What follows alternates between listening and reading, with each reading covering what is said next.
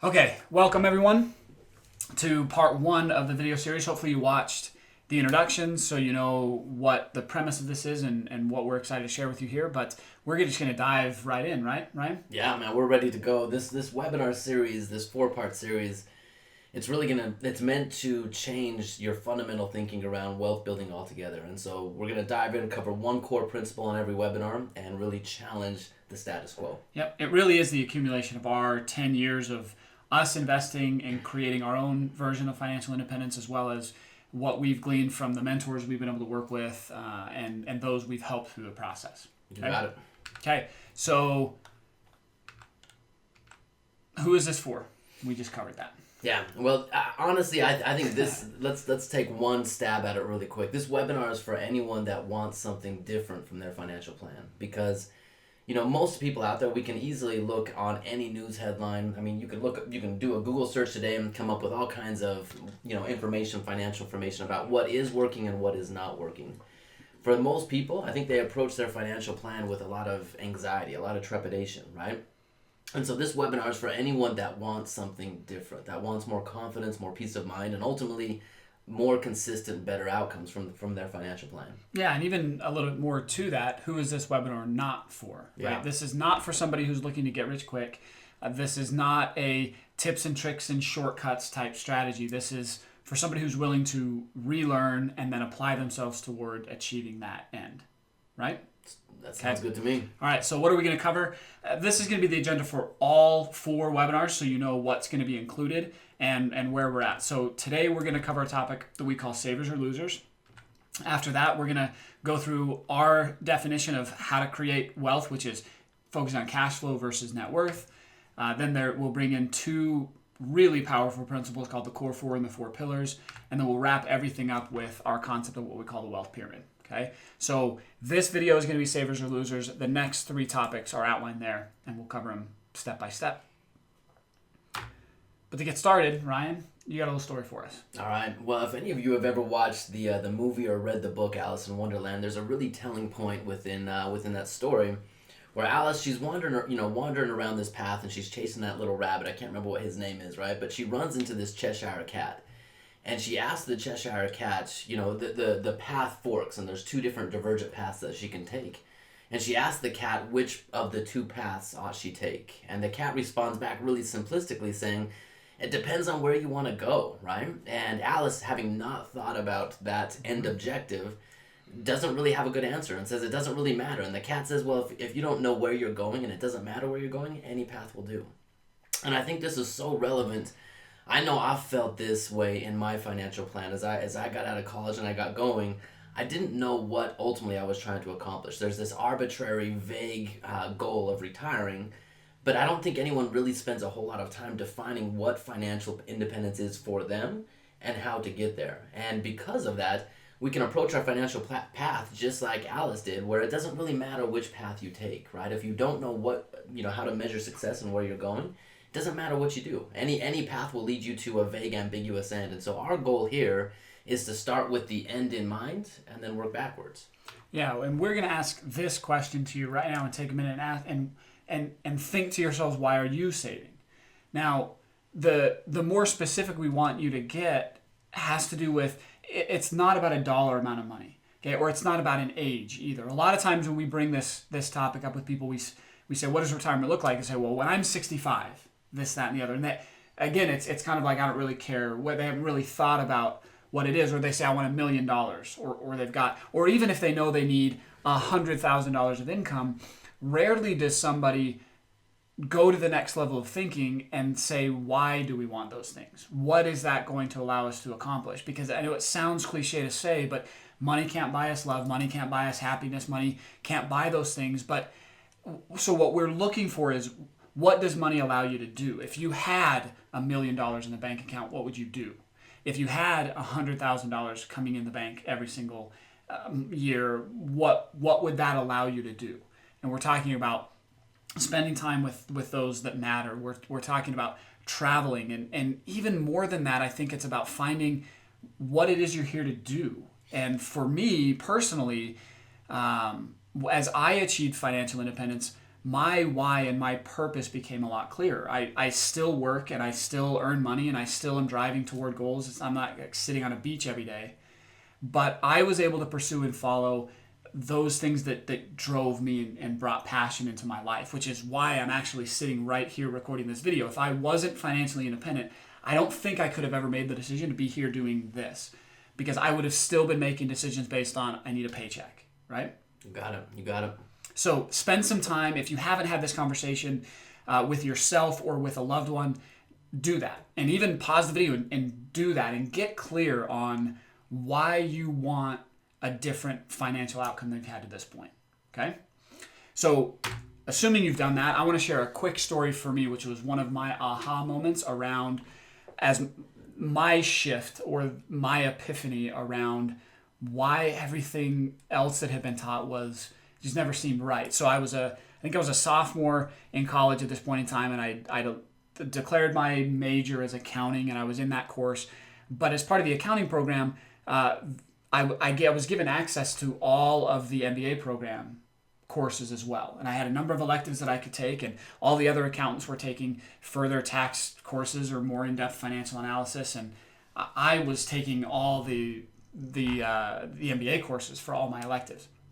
So I took and signed up for what I thought was going to be the best course offered on the entire syllabus, and it was, what was it called? It was called Entrepreneurial Lecture Series. And it was just all the successful people that had graduated from the university. All these alumni were just coming back and telling their stories about how successful they were. And I thought this place was going to be packed and it was going to be one of the most attended classes. And it turns out there's only about 15 or 20 people that went every week. But I thought it was amazing. And the first guy that got up and spoke, his story was awesome. He was in his 30s. He was financially independent and started and sold this real estate company. And I was just like, oh, if I could be that guy, it would be awesome. And the title of his course was How to Make $1 Million.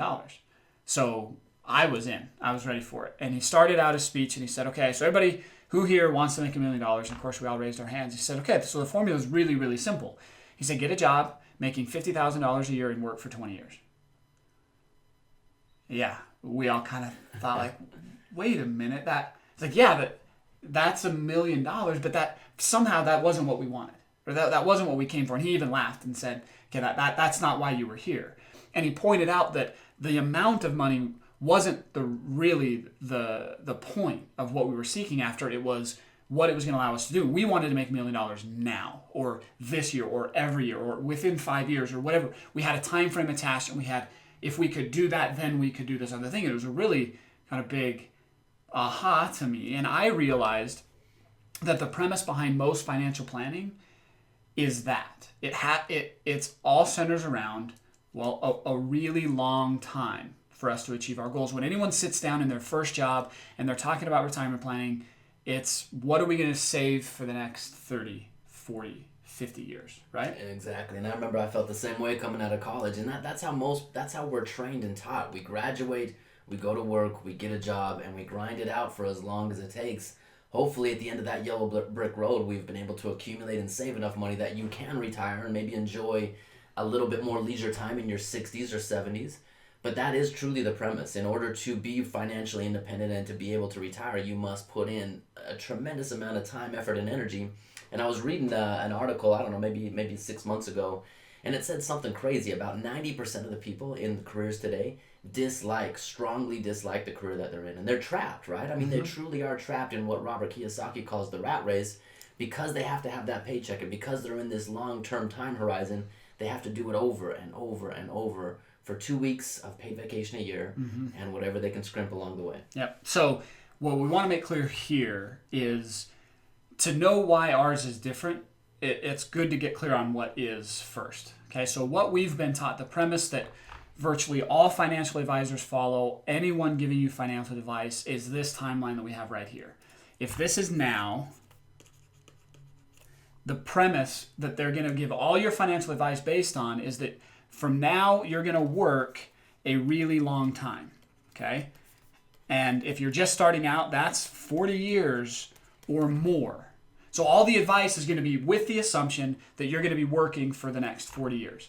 And then you're going to retire, and you'll be able to enjoy that for 10 or hopefully maybe more than that. But relative to the working time period a very short amount of time. So the strategies and the thought process and the tactics involved have this in mind. Okay, but think to yourselves for a minute whether you feel like that's true, or whether you've seen that in the advice you've been getting, and whether you're still okay with that. And I think you're going to fall into two camps. Both of them are you're probably not okay with it, but one camp is if you're on the younger end, nobody wants to work for 40 years. Everyone wants financial independence sooner than that. And second, you may not have 40 years left. So whether or not you're okay with that, you don't have a choice but to figure out a way that doesn't involve 40 years more of work because you don't have it. Okay? So we want to get clear that our advice is going to be very different than this, and that's what we're going to show to you guys here. Okay? So with this premise, we need to understand where our advice is coming from. Now this guy right here, probably a used car salesman, or in the financial advisor world, there's lots of guys out there like this, right? How many of you have met a financial advisor that felt like this guy? Greasy, slimy, walk away, keep your wallet hidden type of guy, right? Yeah, this guy is pretty easy to identify, and we can avoid him, right? But there's two other places that our investment advice is coming from, okay? This guy and this. And what do I mean by a goldfish? Yeah, I mean, so there's was a commencement speech given, I don't know, maybe a couple of years ago. I think it was at Harvard, right? And in the commencement speech, the person who was speaking related life to a fishbowl, right? And there were two younger fish swimming by an older fish, and as the older fish, who was a little bit more wise and mature, as he swam by these two younger fish, he said, "Morning, boys, how's the water?" The two younger fish, they kept swimming a little ways longer, and then one of the younger fish turned to the other one and said, "What's water?" Right? And I think that so oftentimes that's really the biggest problem is most people don't realize what's water in terms of in context of their financial plan. The advice that they're getting is coming from so many different angles, and it's accepted as just the way it is, that most people don't realize that there is a problem. And if there is a problem, how do you fix it? Yep. And so what we want to make really clear is most likely your advisor is a good person, honest, wanting to do the right thing, has your best interest in mind, but unfortunately, they're a goldfish. Okay? Because they swim in the water of Wall Street. Everything they're taught, everything they've learned, all their continuing education, and all their own personal experience is in that fishbowl of Wall Street. And guess who's feeding that fishbowl? So indirectly, that's where your advice is coming to you through a very well-intentioned but still pretty naive fish in a fishbowl. And we've got this grandiose idea of when we call, Fidelity Advisors or the Ask Chuck commercials and stuff like that. When we're talking to somebody, we got this idea that we're talking to some really sophisticated, smart investor. But in reality, this is who we end up talking to. We're talking to a version of ourselves stuck behind a desk, working under the same premise of working for 40 years. So if you want a different idea, can you get it from this guy stuck behind his desk? No, he's going to be able to spit out the same stuff that he's fed, probably the same action plan that he's following, and that action plan comes from who we just shared above, either a greasy, slimy guy or the Wolf of Wall Street. I mean, no one realizes that they're stuck in a bowl of water, and we're going to kind of hit this here in just a minute, but most people realize that it's not working, but yet where do you go for different advice? Yep. So our fishbowl advisor sitting behind his desk is telling us to do this. Yeah. Ryan, why don't you take us through this? And honestly, this was my path, right? I mean, I got going with college a little bit late in my life, and I felt like I was behind the schedule, right? And so I got going with college at about age 22, and I decided to get college done in 2 years. And if you don't think that's possible, it's possible. You work like crazy, but I got into college. I put my head down and I just ran. I took 18 to 21 credits every single semester, spring, summer, and after 2 years... And somehow you took 2 classes at the same time. I did. I took 2 classes at the same time. I went to one class one day and the other class the other day, and I just flopped it around. But I was on the traditional path where you go to school, you get a good job, and I did that. I graduated school and I got a good job, even though I was getting paid far less than what I thought I should be getting paid. But I had a job. I had a steady paycheck coming in. And my very first piece of financial advice that I got from the goldfish world honestly came from my HR advisor, right? And my first employer, they gave a 401k and they had some type of a match there. And as I was filling out my new hire paperwork, I had no idea what I was doing, but it was my benefits and everyone else was putting their money in a 401k. So I decided I was going to put money in a 401k as well. And along with everyone else, after I did that, I just kind of put my hands together and I prayed because I didn't know what I was invested in. I had no idea where my money was going, but everyone else seemed to do it, so that's probably the right thing to do. And I remember this vividly. I wanted to achieve financial independence faster than what my parents were going into, and so I thought maybe I'll retire in my 50s. And in order to do that, I thought I'll save more money.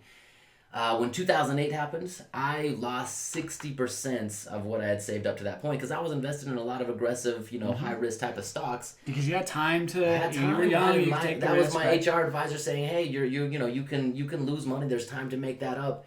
But at that point, I realized that I had to unclasp my hands. My hope is a good strategy for Sunday, but it's not the best financial strategy for my personal financial plan. Yep. So think to yourself, if that's the advice you've been given, or if that's the general advice being given out there, and I think it is, let's take a look at how this has all worked out. Okay? If that's what everybody's doing, then it should be the best path, right? And that's what you thought when you walked in, and I fell prey to this myself as well. When I was early in my career, I thought, well, man, if everyone else is doing it, then it must be the time-tested, proven method to financial independence. Now, remember, who's giving us the advice, okay, and what are they believing? So that might be true, but within the context of what they're giving. But Ryan, you expressed you wanted something different.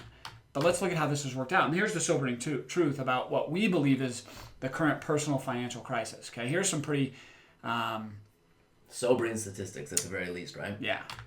There's 1.3 trillion in student loan debt. So everyone out there is doing that. Get an education. Well, right? And here's the problem. I mean, we're going into debt for an education, and then we're coming out of college, and I'm not going to go into too much detail about the story for me, but when I was in college, I ran an entrepreneurial lawn aeration company. And when I graduated college, I made half the money I made working part-time as an entrepreneur while I was in college. Mm-hmm.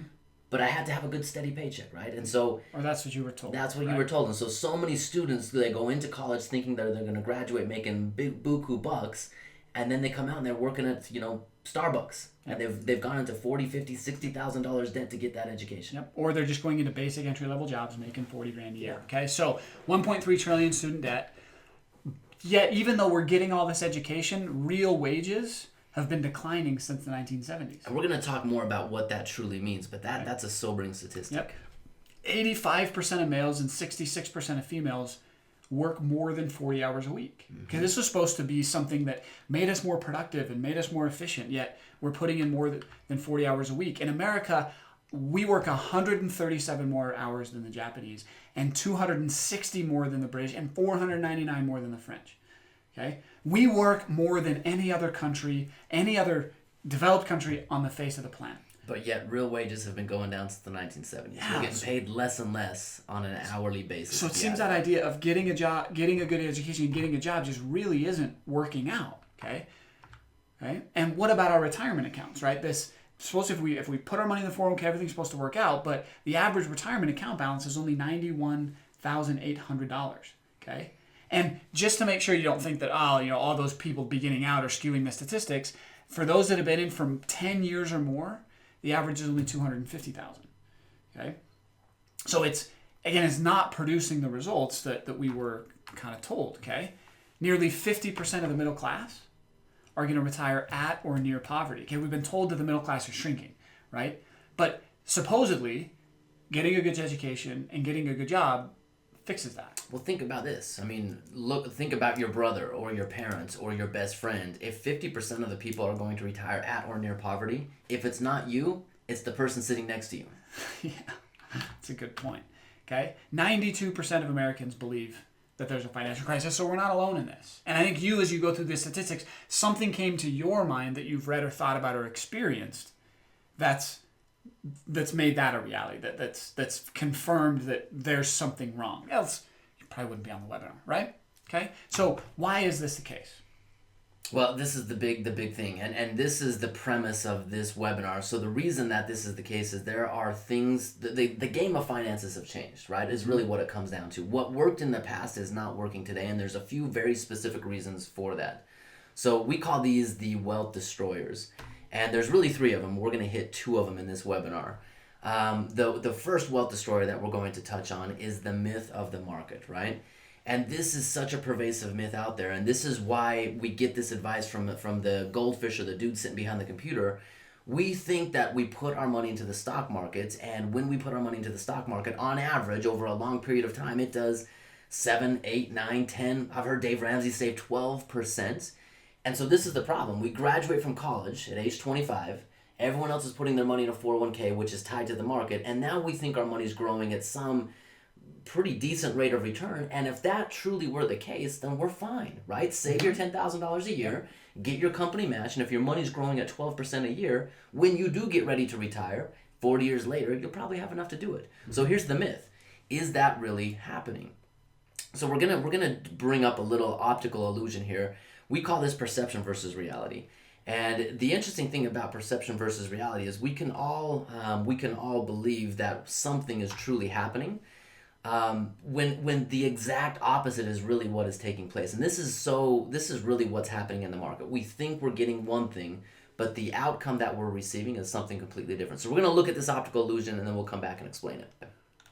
So here's the optical illusion. If we look at these two tables, what would you think? Which out of the two tables is a longer table? The way I'm looking at it, one looks a little bit more rectangular, and one looks a little bit more square, right? And when we run this, in all actuality, these tables are the exact same size. The shapes are the exact same size, and it's all a matter of our perception of how we're looking at this. When we look at it, we think we're looking at a rectangle and a square. But in all actuality, it's the same thing. So what does this have to do with anything, right? Really what this is in our financial plan, we think we're getting X, but the actuality is we're not getting anything close to that. So let's bring up this graph and let's look at what most people end up with in the market-based account that they're in. This graphic comes from a company called Dalbar.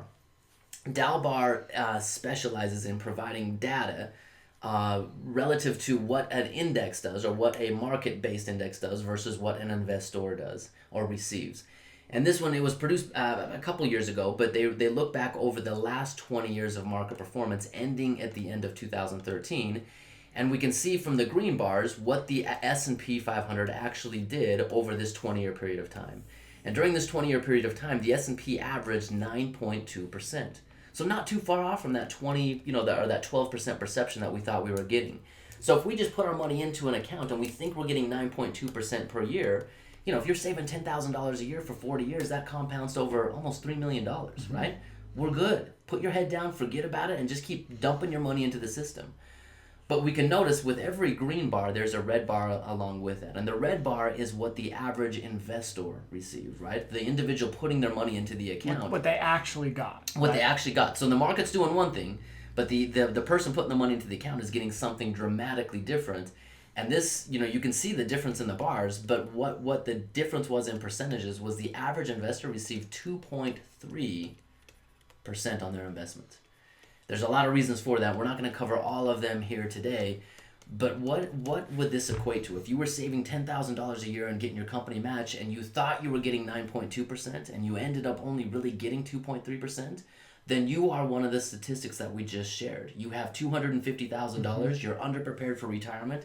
Maybe you're retiring next year, and you don't have very much to show for it. And now your retirement is all about panic and anxiety. Yep, and we've covered this in depth. We've gone through all the analysis, probably ad nauseum, in a series we call The Wealth Destroyers within our Financial Misconceptions section. So if you haven't seen that, go back and watch that for the details. But the point is that what we thought was a rectangle, or our perception, was different than reality. Okay, so, and the plans that we're making and what we're accomplishing, what we're doing, just aren't in line with what we're actually getting. Okay, so that's one of them. The second one is one that everybody is aware of and has in the back of their mind, but really doesn't understand all that deeply. We call inflation. Okay, and how inflation is affecting us looks like this. This is one graph right here that is the amount that we're saving on average as the average American. Okay, and back in the 1960s, it was 10%. It shot up in the 70s to as high as 17, almost 20% of their income. But for a long time, we were above 10%. And then something started to happen. And we can see this general downward trend in the amount that we're saving. Now, is that because we're becoming more irresponsible? Potentially. Maybe there's definitely some of that. But there's something else at work here that a lot of other people can't see. And that's in this graph right here. Okay, this is the consumer price index, which we use to roughly measure inflation. And we can see that point in time where the trends started to go, we can see this graph started to take off. And let's real quickly just have a quick definition of inflation, Sure. right? I mean, most people know what that is intrinsically, but if we define it, it's the purchasing power. It's what the effect of what your money will buy day over day, right? And so if you have a $20 bill in your pocket today, you know what you can go out and buy with that $20 bill today, right? You might go get a meal, you go to a movie, something like that. But what if you took that $20 bill and you stuck it in a pair of jeans and you put those jeans in your closet and you forgot about it for 10 years? You go back to your closet, you pull the jeans out, you realize you have a $20 bill. What will that $20 bill buy 10 years from now? And it's probably a fraction of what it will buy today, right? And we've all feel that at the gas pump, at the grocery store, you name it. But the purchasing power, what we receive for our money is going down every single year, and this is truly inflation. Or the same way you can look at it, that the price of everything is going up. Bingo. Okay, so those two things are happening hand in hand. So there are two forces affecting our ability to save. First off is the prices are going up, okay, which makes it difficult for us to save as much as we were saving before because our wages, as we showed, haven't been keeping up. So we need to be buying the same things, but we've got less money to do it. And then the things that when we have saved our money, because things are more expensive, the money that we do save isn't worth as much as we wanted it to be worth in the future. So we got two things impacting the outcome. So what does this mean for you? Okay, and this is a concept, this is kind of the whole, what we've been building toward the webinar, is this means savers are losers. I'm going to be honest. I remember when I read this the first time, Robert Kiyosaki, I think, was the first one that introduced it to me at least, and I wanted to cry. Because honestly, savers are losers, but that goes fundamentally against everything we've been taught. And so when we say savers are losers, it's when we save using traditional strategies. We need to change the way we're looking at things, obviously based on what we talked about. But saving traditionally will not help you win the game of finance. Yep, and let me show you why. Okay, before you say, no, I'm going to shut the webinar off, there's no way, let me show you why. There's a gentleman named Wade Pfau, okay, and he's a PhD, he's a professor of retirement income. So all he studies is where people are at from being able to retire and create income. That's all he does. And he recognized this, that inflation is happening and there's all this stuff affecting our retirement. So he tried to look and say, if people want to save based on what they're able to earn in the market and what inflation is going to be, what would we have to put away for that model to work? And this is, over those long extended time periods and all that kind of stuff. So, and he actually used a lot higher earnings rate than what people are actually getting. He used a net 6% earnings rate. If you could earn a net of 6%, which is almost twice what the average person is getting, how much would you have to save to be able to retire comfortably, accounting for inflation and accounting for all of those things? So if you've got 30 years that you're going to save and 30 years that you're going to be in retirement, we have to save a massive 33% of our income. So everybody listening right now, raise your hand if you're saving 33% of your income. Well, we didn't point it out on that graph, but the average American today saves 5%. 5%. So going from 5% to 33%, this is why savers are losers. In a world where we're getting paid less and less, or our dollars are purchasing less and less, real wages are stagnant, it's nearly impossible for the average person to save 33% of their income. Yep. And so Ryan, your goal, if you wanted to work for 20 years and retire for 40 years, you would have had to save 77% of your income every single year. Okay? Or if you find yourself in your 40s or 50s thinking, am I on track for retirement?